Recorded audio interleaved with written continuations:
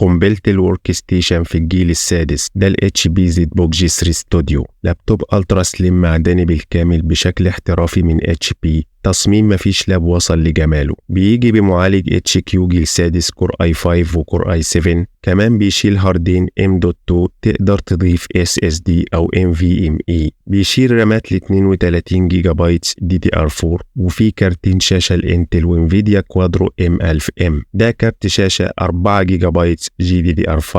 باللابتوب ده هتقدر تشغل الجرافيكس والمونتاج والبرامج الهندسية والبرمجة على أعلى مستوى. كمان بيشغل ألعاب كتير قوية إصدار السنة دي. أما أوبشن المداخل فيه كل اللي تحتاجه من USB هات وثاندر بولت و HDMI للعرض على الشاشات. لاب جامد أوي وأثبت كفاءة عالية. ولو عايز معلومات مفصلة شوف الفيديو التفصيلي عنه على قناتنا باليوتيوب، الرابط بتاعه في أول تعليق وصندوق وصف الفيديو وفي البايو.